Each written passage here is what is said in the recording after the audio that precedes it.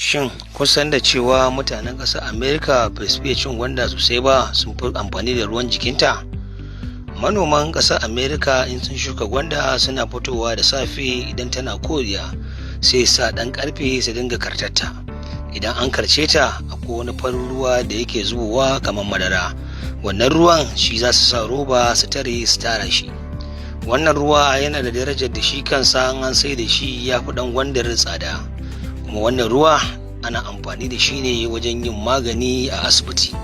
Yana taimakawa wajen nika abinci da taimakawa ciki da jiki. Sannan a kamfanin naka kuwa yana taimakawa wajen yin yadi da sauran abubuwa na kere-kere da ake amfani da wannan ruwa da shi. Wannan abu da kuke gani ya taimakawa manoman gwanda a ƙasar Amerika sosai, domin wannan harka ta ɗiba wannan ruwan gwanda a tara shi ana ce masa papaya latex. To abu ne mai daraja da kima idan mutanen Amerika.